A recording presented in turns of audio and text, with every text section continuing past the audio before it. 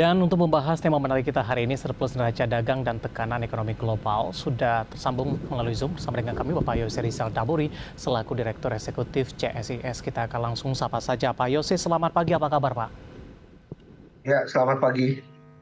Terima kasih Pak Yose sudah meluangkan waktu di IDX Channel. Dari informasi yang baru saja kita sampaikan, Pak Yose, ini di bulan November untuk neraca dagang kembali mengalami surplus. Catatannya adalah ini sudah 31 bulan berturut-turut sejak Mei 2020. Sinyal apa yang bisa kita lihat di tengah pencapaian ini, Pak Yose? Apakah fundamental ekonomi kita masih kuat di tengah gempuran sentimen negatif global sampai sejauh ini? Ya, ada beberapa faktor tentunya yang menyebabkan kita bisa masih terus mengalami surplus ini. Tapi salah satu faktor yang terkuat adalah masih cukup tingginya permintaan terhadap berbagai komoditas yang dihasilkan oleh Indonesia. Permintaan yang tinggi ini juga ditopang dengan harga dari barang-barang tersebut, harga dari komoditas tersebut yang juga masih mengalami masih tinggi ya sifatnya setelah selama beberapa waktu terakhir ini terus mengalami kenaikan. Contohnya adalah untuk berbagai komoditas pertambangan seperti batu bara, energi, gas, yang juga menjadi ekspor utama Indonesia, termasuk juga misalnya untuk palm oil, minyak kelapa sawit yang harganya sampai saat ini masih tetap tinggi, walaupun juga sudah lebih stabil dibandingkan dengan sebelumnya yang mengalami kenaikan. Nah, itu hal tersebut tentunya menopang kinerja ekspor kita, ya kita sangat diuntungkan dengan berbagai perkembangan di dunia pada saat ini. Apakah memang dari sisi sentimen negatif global, perang Rusia-Ukraina justru memberikan keuntungan bagi Indonesia dalam hal ini, Pak Yose? Ya, salah satunya memang akibat dari peperangan ini kan juga. Halo. Ya, silakan dilanjutkan, Pak. Ya.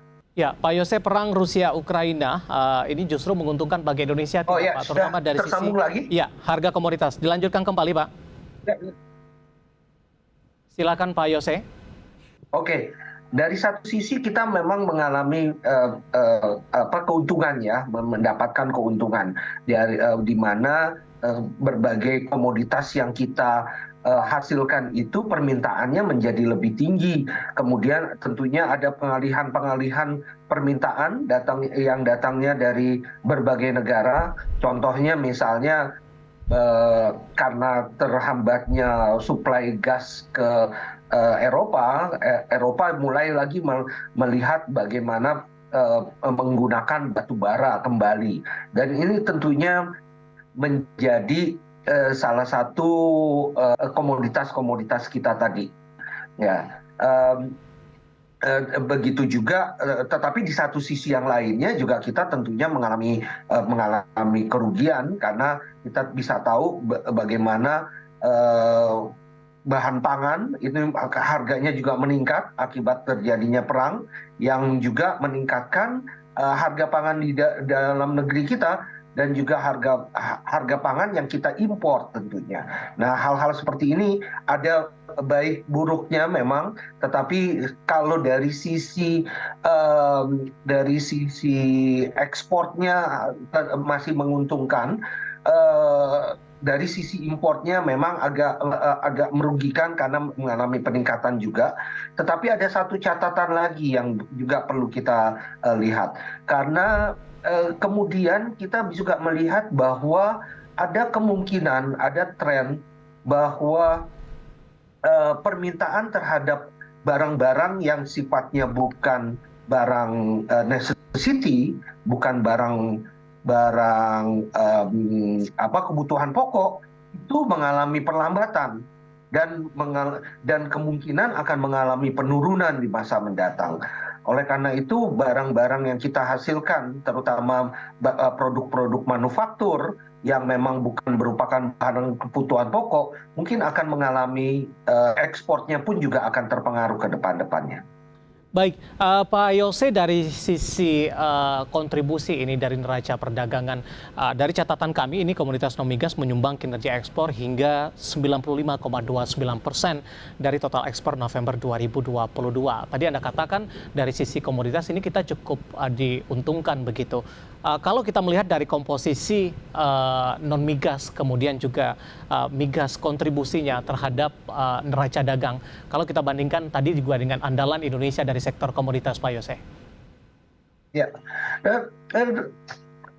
bagaimana? Sorry.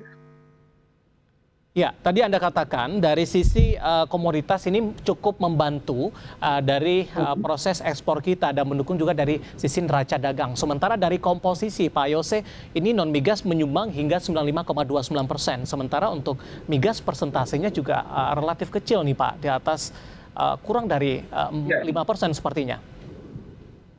Ya, memang ekspor migas kita makin lama makin kecil. Ini kan pengklasifikasian antara ekspor migas dengan non migas itu ini tradisi lama ya, tradisi dari 30-40 tahun lalu ketika kita masih mengandalkan ekspor minyak dan gas kita.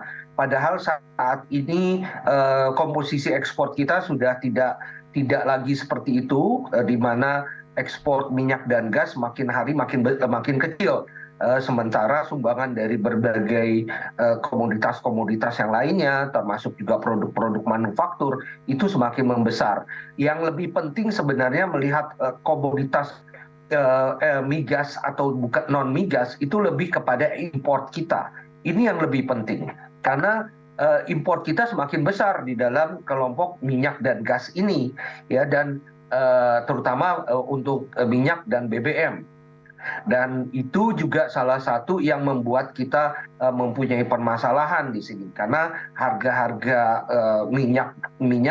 harga minyak bumi dan juga BBM itu semakin meningkat sehingga kita harus memperhatikan di sana. Jadi poin saya adalah mungkin untuk ekspor kita tidak memerlukan lagi untuk mempunyai pengelompokan minyak dan gas dan non migas, tetapi untuk impor kelihatannya masih penting. Dan kondisi perang yang terjadi sekarang ini sebenarnya lebih banyak memberikan beban kepada import kita, terutama di dalam minyak dan gas tadi. Baik, Pak Yose, menarik, kita akan jeda terlebih dahulu. Nanti juga kita akan kupas lebih detail. Ini terkait juga dengan non migas, nilainya mencapai 95,29%, cukup mendominasi. Ini dari mana saja kontribusi terbesar dalam satuan persentase ini? Dan sebelum kita lanjutkan perbincangan, tim redaksi kami sudah berhasil merangkum beberapa informasi grafis yang mungkin saja bisa menjadi salah satu referensi untuk Anda. Langsung saja kita ke grafis yang pertama, nilai ekspor November 2022, pemirsa. Di Oktober 2022 ada di kisaran 24,12 miliar dolar Amerika, minus di 2,46% jika dibandingkan dengan November 2022 di 24 miliar dolar Amerika Serikat. Sementara jika dibandingkan dengan November 2021 justru mengalami peningkatan ini di 5,58% di 22,85 miliar dolar Amerika. Kita beralih ke grafis selanjutnya, kita akan coba lihat peningkatan ekspor non migas November terhadap Oktober 2022.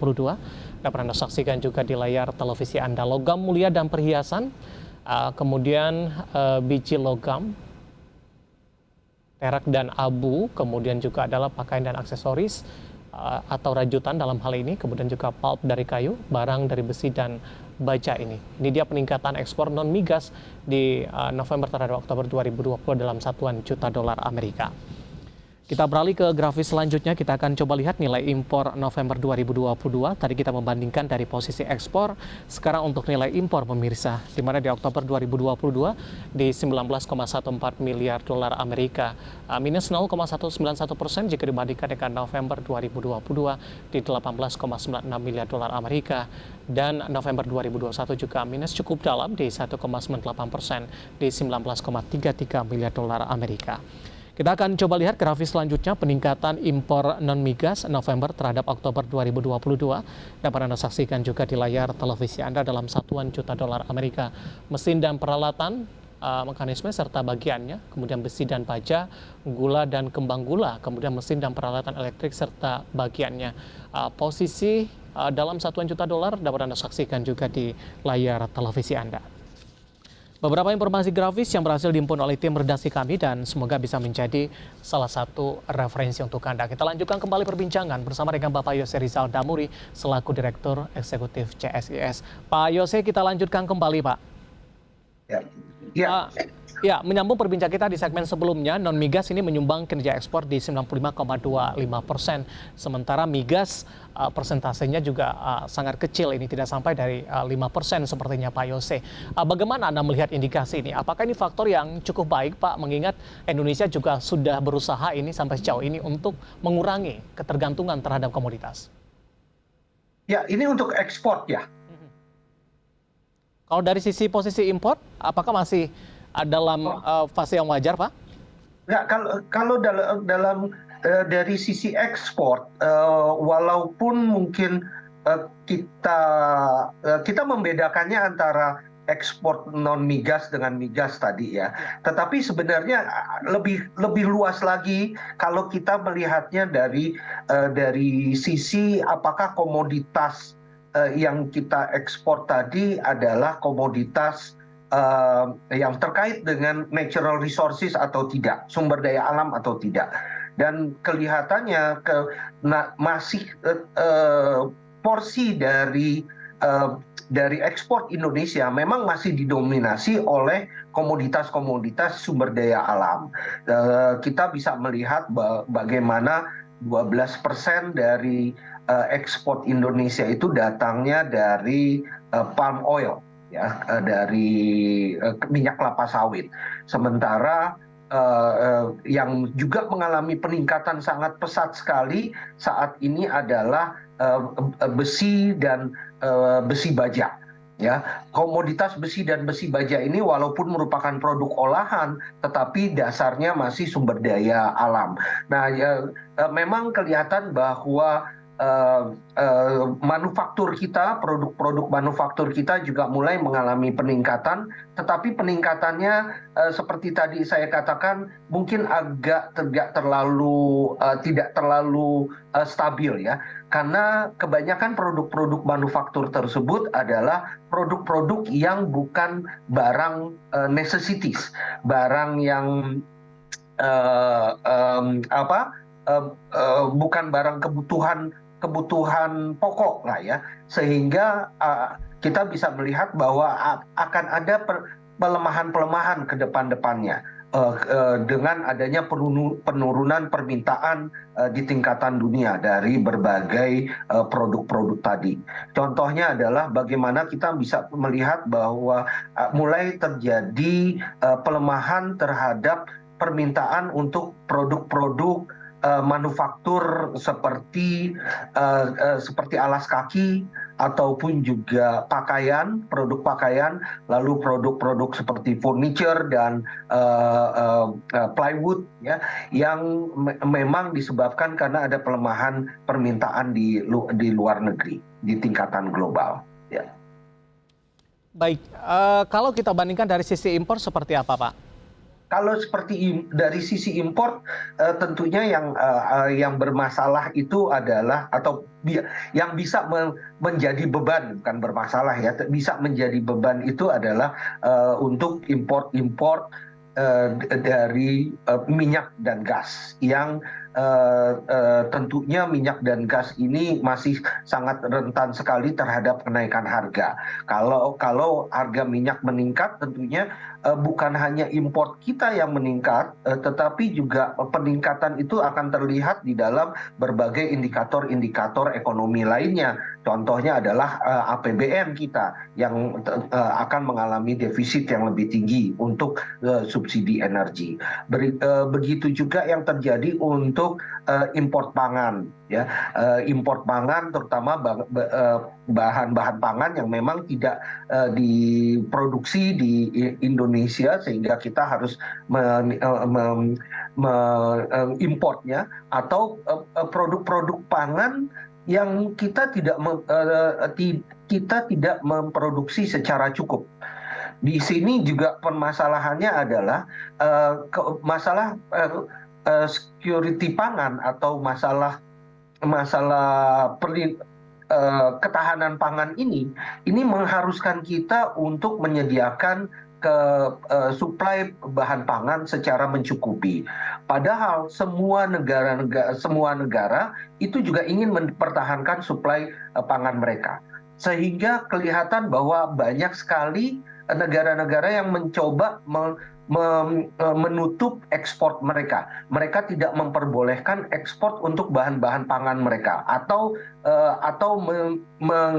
mengurangi ekspor bahan pangan mereka. Oleh karena itu, Indonesia sebenarnya harus mulai melihat nih bagaimana ketahanan pangan kita. Apakah stok pangan kita sudah cukup atau tidak? Kalau perlu import ya tolong diimport dan dilakukan secepatnya, karena banyak negara-negara yang lain juga melihat bahwa masalah ketahanan pangan mereka agak riskan, dan sekarang ini negara-negara sedang berlomba-lomba untuk mendapatkan suplai bahan pangan tadi.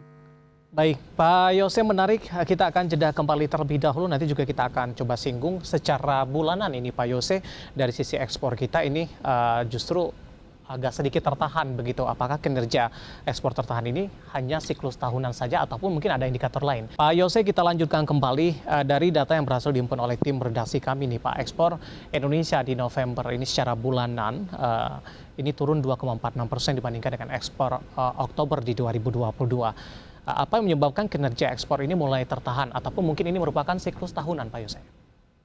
Ya, sebenarnya kalau kita lihat masih belum memperlihatkan ininya ya yang terlalu signifikan sekali penurunan tersebut. Karena kalau kita ambil yang istilahnya sebagai moving average, itu masih terus mengalami peningkatan. Artinya kita menghitungnya jangan menghitung bulanannya saja, tetapi menghitung selama 12 bulan ke belakang. 12 bulan ke belakang itu masih memperlihatkan bahwa ada peningkatan di situ, ya. Jadi kita bisa melihat bahwa belum ada penurunan yang cukup signifikan pada tingkatan ekspor kita, pada kinerja ekspor kita. Tetapi beberapa produk-produk itu memang sudah mengalami perlambatan, ya, di mana perlambatan ini bisa kelihatan sekali di dalam beberapa produk-produknya. Ya, contohnya adalah seperti tadi saya sudah sempat sebutkan, adalah produk-produk yang bukan merupakan barang kebutuhan pokok, seperti misalnya ekspor sepatu kita, alas kaki, ya, atau ekspor dari bahan pakaian dan pakaian, serta plywood kita. Kebanyakan adalah produk-produk yang sifatnya manufaktur, pengolahan, industri pengolahan, serta juga sebenarnya agak bermasalahnya adalah karena itu adalah produk-produk ekspor kita yang menyerap tenaga kerja cukup banyak, ya. Dan kalau ini pelemahan ini terus berlanjut, bahkan terjadi penurunan ekspor kita akan bisa lihat bagaimana sektor yang padat karya ini akan terpengaruh dengan kondisi global yang ada saat ini. Baik, bagaimana proyeksi Anda, Pak Yose, dengan capaian di November kemudian juga sampai dengan akhir tahun ini? Apakah perlambatan akan terus berlanjut atau secara siklus mungkin di akhir tahun ini justru ada lonjakan meskipun tidak terlalu signifikan, Pak? Ya, kalau perlambatan memang akan berlanjut ya, tentunya ke depan-depannya, seperti tadi kita sudah bahas bahwa perlambatan ini juga disebabkan karena memang kondisi perekonomian global masih belum tinggi. Walaupun kita belum pulih kembali akibat dari pandemi dan juga akibat perang di Ukraina.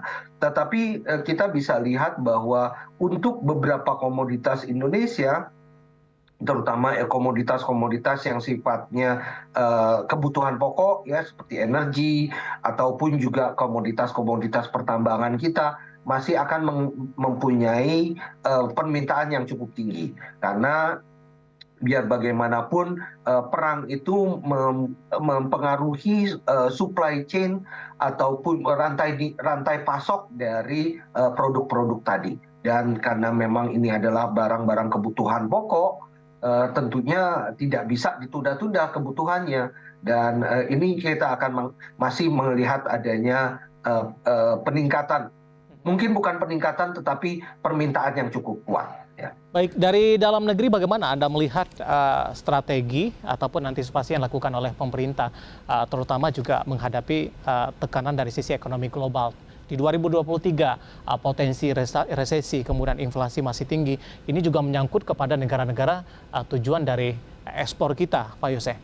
Ya, sayangnya memang agak sulit kita untuk mencoba melakukan berbagai tindakan ya, karena pelemahan ekonomi global ini terjadi di berbagai negara, termasuk juga negara-negara yang bukan non tradisional. Artinya kita tidak bisa hanya shift ekspor yang tadinya ke negara-negara pasar kita, kemudian ke pasar yang lainnya. Karena di pasar yang lain ini juga masih mengalami pelemahan perekonomian juga.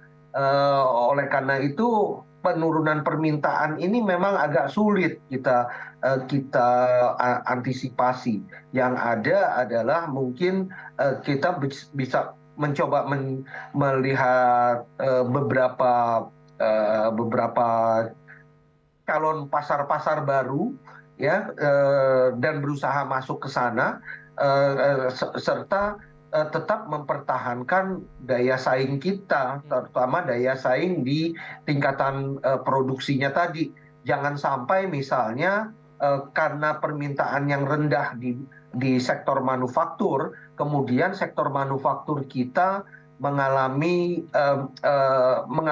pelemahan juga, mengalami yang akhirnya kita tidak lagi bisa mensuplai produk-produk tadi ketika permintaan di tingkatan dunia sudah pulih kembali. Baik, mengingat tampaknya perjalanan masih cukup panjang ke depan Pak Yose, kemudian sentimen dari eksternal tampaknya masih cukup mendominasi. Apakah tren surplus neraca dagang kita akan masih terus berlanjut tidak Pak di 2023? Singkat saja Pak Yose. Ya, surplus masih terus akan berlanjut saya pikir ya, karena tadi permintaan terhadap barang-barang kebutuhan pokok dan pertambangan ini masih cukup tinggi, dan suplainya juga mungkin masih akan terganggu gitu ya. Tetapi yang saya khawatirkan sebenarnya bukan itu, bukan pada tingkatan surplusnya. Yang dikhawatirkan adalah bagaimana pelemahan dan perlambatan ini terjadi di produk-produk manufaktur kita, yang akan sulit bagi Indonesia untuk mempertahankan kalau memang kita harus menutup berbagai pabrik-pabrik kita. Baik, Pak Yose, waktu kita cukup terbatas. Terima kasih sudah bergabung bersama dengan kami dan semoga kita bahas bisa menjadi referensi bagi pemirsa IDX Channel. Terima kasih Pak Yose, sehat selalu Pak. Terima kasih.